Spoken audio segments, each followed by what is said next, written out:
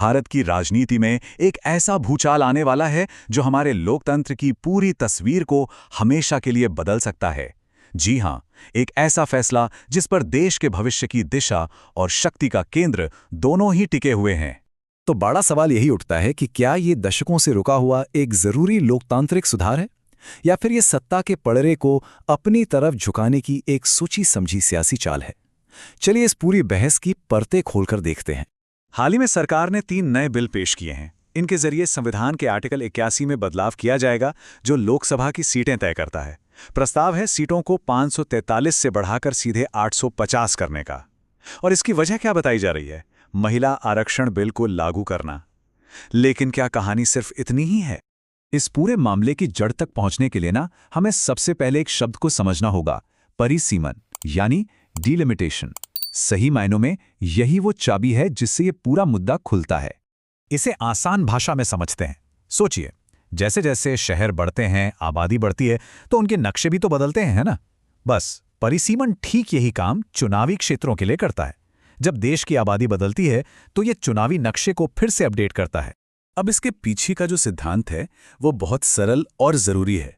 एक वोट एक मूल्य। हमारा संविधान चाहता है कि हर नागरिक के वोट का वजन बराबर हो, चाहे वो देश के किसी भी हिस्से में रहता हो। इसीलिए हर जनगणना के बाद आबादी के हिसाब से सीटों का बंटवारा फिर से तय किया जाता है। लेकिन यहां एक बहुत बड़ा पेंच है। अगर ये प्रक्रिया लोकतंत्र के लिए इतनी ही जरूरी है, तो फिर इसे पिछले 50 सालों से क्यों रोककर रखा गया था? इस सवाल का जवाब ही इस पूरी कहानी का सबसे दिलचस्प मोड़ है। देखिए, ये किसी एक सरकार का फैसला नहीं था। 1976 में इंदिरा गांधी की सरकार ने इसे 25 साल के लिए फ्रीज कर दिया, और फिर 2002 में अटल बिहारी वाजपेयी की सरकार ने इस रोक को और 25 साल आगे बढ़ा दिया। वजह दोनों बार एक ही थी, उन राज्यों को सजा ना दी जाए जिन्होंने परिवार नियोजन को गंभीरता से लिया और देश की आबादी नियंत्रित करने में बहुत अच्छा काम किया। और यहीं से हम इस बहस के सबसे बड़े और कह सकते हैं कि सबसे संवेदनशील मुद्दे पर आते हैं, उत्तर बनाम दक्षिण। ये नया बिल भारत की राजनीतिक शक्ति के संतुलन को, खासकर इन दो हिस्सों के बीच, कैसे एक झटके में बदल सकता है। ये चार्ट तस्वीर बिल्कुल साफ कर देता है। देखिए, अनुमान है कि उत्तरी हिंदी भाषी राज्यों का संसद में प्रतिनिधित्व 38% से बढ़कर 43% हो जाएगा। वहीं दूसरी तरफ दक्षिणी राज्यों का प्रतिनिधित्व 24% से घटकर करीब 21% पर आ जाएगा। सत्ता का पलड़ा साफ तौर पर एक तरफ झुकता दिख रहा है। आप जरा इन आंकड़ों पर गौर कीजिए। हिंदी हार्टलैंड को 150 से ज्यादा सीटें मिल सकती हैं, और दूसरी तरफ दक्षिणी राज्यों को अपनी कुछ मौजूदा सीटें गंवानी पड़ सकती हैं। मतलब सोचिए, जिन राज्यों ने जनसंख्या नियंत्रण की राष्ट्रीय नीति का पालन किया, उन्हें अब संसद में अपनी आवाज खोने का डर सता रहा है। जाहिर है, इस पर दक्षिण से बहुत तीखी प्रतिक्रियाएं आ रही हैं। तमिलनाडु के मुख्यमंत्री M.K. स्टालिन की ये चेतावनी इन चिंताओं की गहराई को दिखाती है। उन्होंने साफ कहा है कि भारत को अपने हक के लिए लड़ने वाले 50 और 60 के दशक के DMK को फिर से देखने के लिए तैयार रहना चाहिए। तो क्या इस गहरे बंटवारे का कोई हल है? क्या कोई ऐसा रास्ता है जो सबको साथ लेकर चल सके? चलिए अब कुछ विकल्पों और आलोचनाओं पर भी नजर डालते हैं।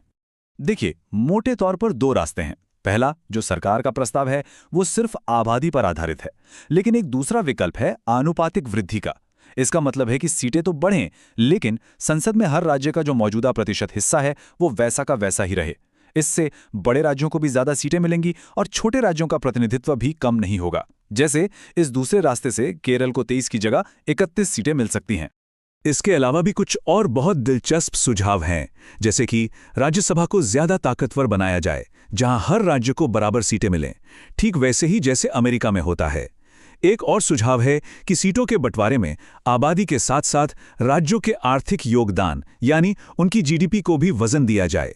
और सबसे जरूरी, कोई भी फैसला लेने से पहले सभी पार्टियों के साथ बैठकर एक आम सहमति बनाई जाए।